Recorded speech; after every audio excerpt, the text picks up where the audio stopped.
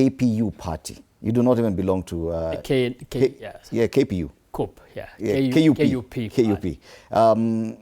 He mentioned something about even the unity within Rift Valley, that the expectation is that you will vote homogeneously. Well, let me bring back the discussion, because we've allowed members from the mountain to ventilate. I think for me, sitting outside, I'll say something different. One, I will not want us to talk about insincerity and to discuss the insincerity here. When my friend here, Fanyamambo, says that Mount Kenya is one, he's supposed to be one, he's always been one. But he points on the other side and say Rift Valley is divided. You know, that is insincerity by itself. Why will you want to say that you are good and the others are not? First of all, he needs to admit that these are challenges that are affecting everybody in this country. And he should also admit that Mount Kenya is divided. And I'll give you 3 instances. The first one, when this person won in Bere, that is UDA party, our friend Wamtende, Gachagua hid himself. He did not say anything. He kept quiet. When this other person now won in Olkalau, he comes and says this statement. He says, in this win, he says,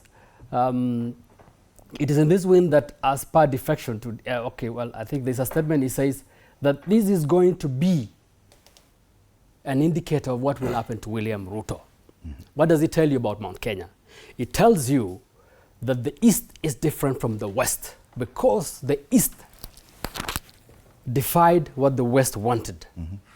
Mount Kenya West got a DCP candidate. The Mount Kenya East got a UDA candidate. That is the first thing.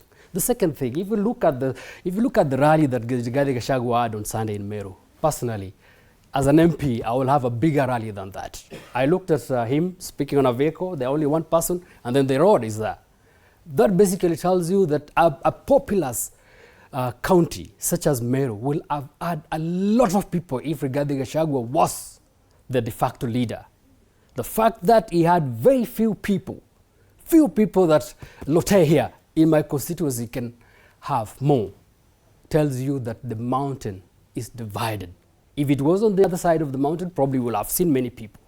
And the last one is, why are the people of Mount Kenya West not supporting not supporting Professor Kindiki Kithure?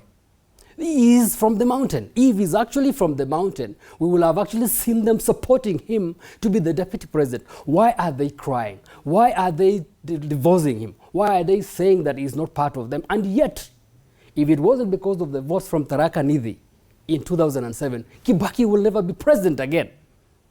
So the fact that we are seeing cracks, and what I've pointed out to you today is cracks.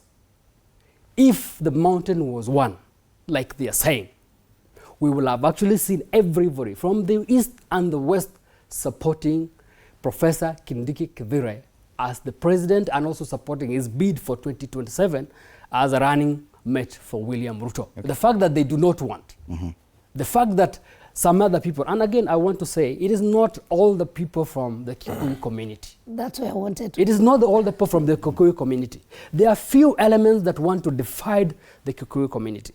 There are the few elements. The former deputy president is the one who started with the issues of shares and saying that he should have the majority.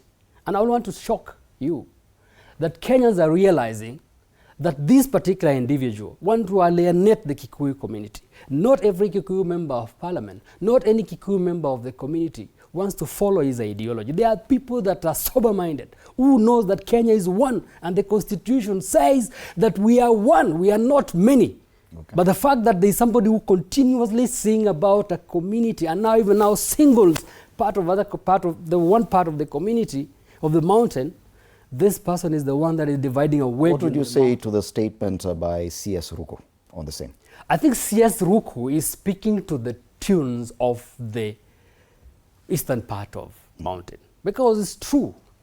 If Ruko is wrong, we will have actually seen the people from the West supporting Professor Kindiki. But the fact that they are not basically tells you that Kindiki for them is not anything. Probably if it was the deputy president from the western side, they will have supported, and they will have actually called the Eastern to support, like they have always asked them. So Ruku is saying something that was seen in Meru on Sunday when Gachagua was there. The people of Meru spoke what Ruku is saying. They did not attend this rally.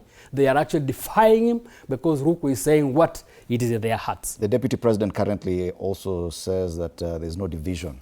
There's no east or west. What is your feeling? Because he says quite some things and he's listed it. He has quite some